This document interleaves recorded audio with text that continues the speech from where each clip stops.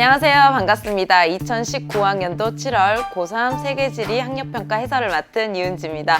지금 고3 혹은 수험생들 중에 누구야? 우리 민명원 쌤 어디 갔어? 이렇게 생각하는 학생들도 있을 것 같은데 모처럼 민명원 선생님은 좀 집에서 쉬시고 선생님이 오늘 해설과 총평을 하도록 하겠습니다.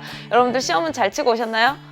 시험이 늘 그렇듯이 반갑고 막 기대되고 설레는 그런 존재는 아니죠. 근데 그런 친구들도 가끔 있을 수도 있어요. 그러니까 선생님이 최근에 손흥민 선수의 다큐멘터리 5부작을 봤는데 되게 인상적인 그런 이야기도 많이 오고 가고 선생님이 감동을 받았던 부분들도 되게 많았지만 되게 인상 깊게 봤던 장면 중에 하나가 축구를 일단 되게 좋아하는 선수이고 그 다음에 경기에 나서는 거를 너무 즐기는 그런 모습? 그게 되게 신기했어요, 저는. 여러분도 혹시 챔피언스 리그 결승전 보셨어요? 사실 그거 봤으면 되게 타격이 컸을 수밖에 없는 시간대긴 한데, 선생님은 만약에 아무리 뛰어난 선수이고 유명한 선수여도 그 커다란 경기장에 그것도 정말 큰 경기 결승전에 들어서는 순간 너무 긴장해서 기절했을 것 같아. 근데 그 손흥민 선수는요, 보니까 그런 경기 하나하나를 되게 즐기고요. 당연히 나가고 싶어 하더라고요. 근데 그런 마음가짐이 처음부터 가져졌을 것 같진 않아. 근데 그 정도 경기를 즐기고 그 정도 큰 경기에서 정말 잘 이렇게 자신의 플레이를 할 수 있는 선수라면 정말 그만큼 준비가 잘 된, 그리고 수없이 똑같은 동작을 반복하지 않았을까 싶습니다. 여러분들도 아마 어느 순간 이 시험이라는 게 그냥 두렵거나 긴장되는 게 아니라 조금은 기대되는 순간도 있을 거예요. 언젠가는 있을 거야. 근데 지금 특히 고3 현역 같은 학생들이라면 이게 올해 안에 오지 않을 수도 있거든요.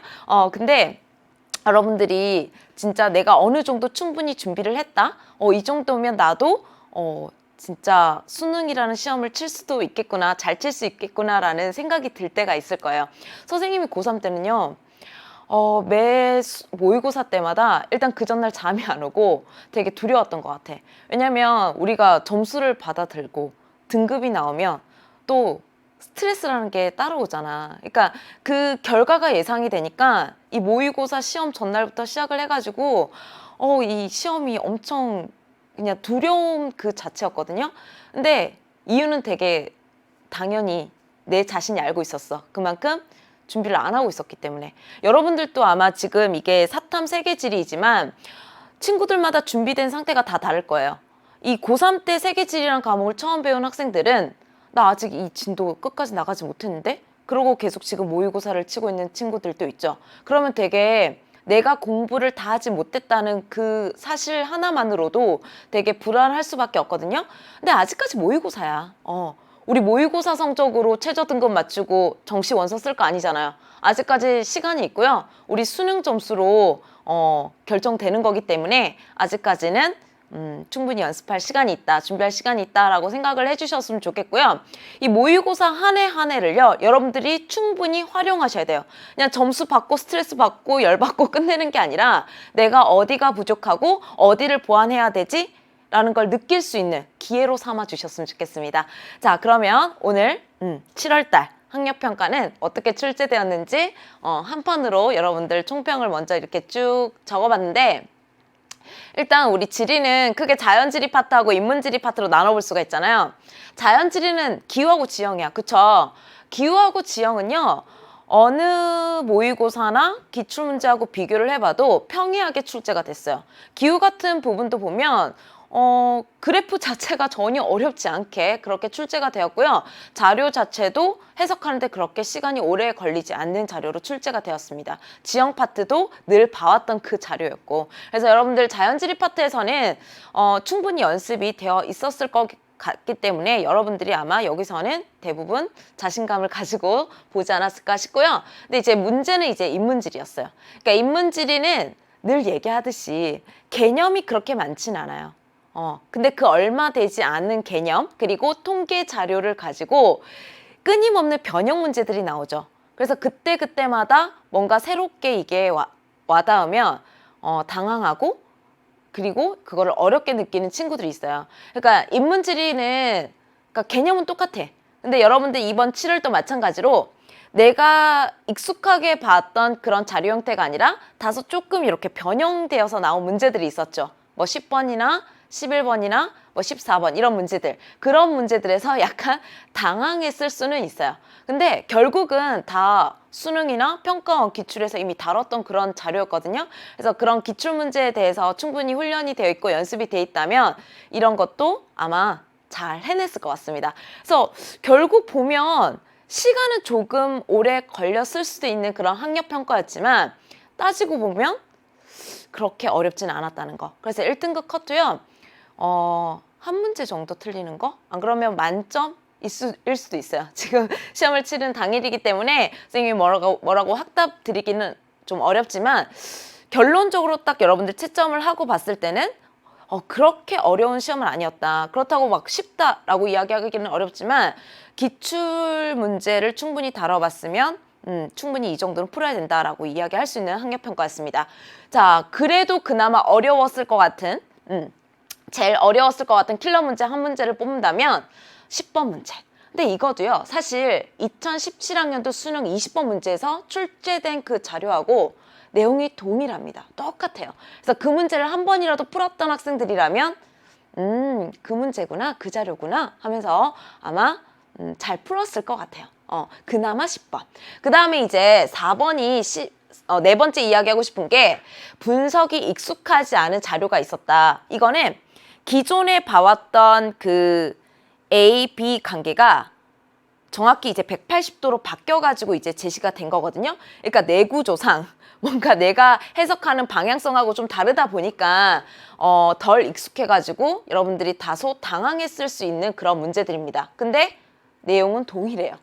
그래서 이 문제도 선생님이 해설해서 꼼꼼하게 설명을 해드릴 테니까 이 문제들 다시 한번 보시면 좋겠고요. 나머지 문제들은 되게 평이하고 여러분들이 아마 쉽게 여겼을 것 같습니다. 그래서 여러분들 지금 보면 단원별로 지금 출제문항 분석해 놓은 이 표 있죠. 자료실에 올려드릴 건데 우리가 교과서 단원이 6단원이에요. 그래서 6단원에서 지금 몇 문항씩 배당이 지금 되어 있는지 출제가 되어 있는지 한눈에 볼 수가 있는데 우리 1단원에서는 보통 2문제가 나오긴 하거든요. 당연히 고지도 나오고 지리정보도 종합적인 형태로 나오는데 이번 7월에서는 고지도 문제 한 문제가 나왔습니다. 근데 그나마 신유형이 하나가 나왔다 그러면 사실은 1번이에요. 아마 1번 문제 풀면서 뭐지? 이 문제 왜 이러지? 약간 이렇게 처음에 다소 당황하면서 시작했던 친구들도 있을 텐데 그런 약간 출제 선생님께서 약간 신경을 써서 낸 그런 자료 형태가 하나 있어서 그랬거든요. 근데 그거 빼고는 고지도는 너무 잘하는 주제니까 여러분들 잘 했을 것 같고요. 그 다음에 이제 자연지리 파트에서 총 6문항이 출제가 되었습니다. 그리고 27번은요. 이제 건조기후하고 냉한대 기후가 같이 묶여져가지고 출제가 되었기 때문에 이렇게 표시를 해둔 거고요. 모든 단원에서 이렇게 고르게 한 문제씩 출제가 되었죠. 자, 그 다음에 여러분들 너무 잘 하고 있는 이 3단원 여기서도 이런 식으로 고르게 출제가 되었습니다. 음식문항 안 나와서 아쉬웠던 친구들 있죠. 자, 그 다음에 이제 4단원 도시화와 세계도시에서 출제가 되었는데 사실 2번 문항 같은 경우에는 환경 문제하고 종합적으로 같이 한 문제로 묶여서 나왔거든요. 그래서 세계도시에서 묶여져서 나왔는데 그렇게 어렵지는 않았습니다. 자, 그 다음에 에너지 자원에서는 신재생 에너지, 화석 에너지 한 문제씩 출제가 되었고요. 그 다음에 우리 기호작물에서 24번 문제가 나왔죠.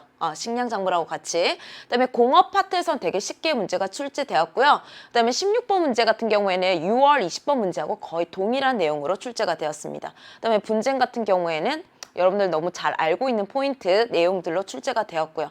환경 문제 마찬가지로 아주 쉬운 형태로 출제가 되었습니다. 자, 그래서 여러분들이 문항 분석은 당연히 해주셔야 되는데 이 문항 분석, 단원 분석을 하고 나면 여러분들이 취약한 부분들이 보일 거예요. 그리고 이미 3월부터 7월까지 쭉 모의고사를 치르면서 유독 약한 단원들이 개별적으로 다 느껴질 거예요. 그런 부분들을 더 철저하게 기출문제집을 통해서 여러분들 더 열심히 훈련을 해주셔야 되고요. 그 다음에 특히 올해 출제된 문제들 이미 3월, 4월, 6월, 7월 80문제가 쌓였어요. 그 80문제를 단원별로 지금 분류하고 분석을 해야지만 올해 출제 경향성이 보일 겁니다. 그래야지 올해 수능을 잘 대비를 할 수가 있어요. 특히 우리 7월 지나고 나면 9월 모평, 또 너무 중요한 모평이 기다리고 있죠. 그거 잘 치르려면 우리 1학기 때 치렀던 모의고사 더 철저하게 여름방학 때 준비를 해놔야 된다. 자, 그 다음에 우리 여름방학 때 꼭 해야 될 게 뭐야? 수특하고 수학. 문제들은 반드시 쭉 훑어보고 9월 모평 치르셔야 됩니다. 아시겠죠? 자, 그래서 여러분들이 이제는 좀 더 시간까지 철저하게 지켜가면서 이 실전 연습을 해주셔야 되고요. 생각보다 시간 안에 이렇게 문제를 못 푸는 친구들이 꽤 있거든요. 그래서 이제는 좀 더 진지하게, 좀 더 수능 실전에 맞게 여러분들이 연습을 해주셨으면 좋겠습니다. 자, 그래서 총평은 이렇게 간단하게 여러분들이 충분히 이해할 수 있는 정도로 설명을 드렸고요. 우리 그러면 1번부터 20번까지 7월 학력평가 어떻게 출제되었는지 해설해서 꼼꼼하게 같이 살펴보도록 하겠습니다.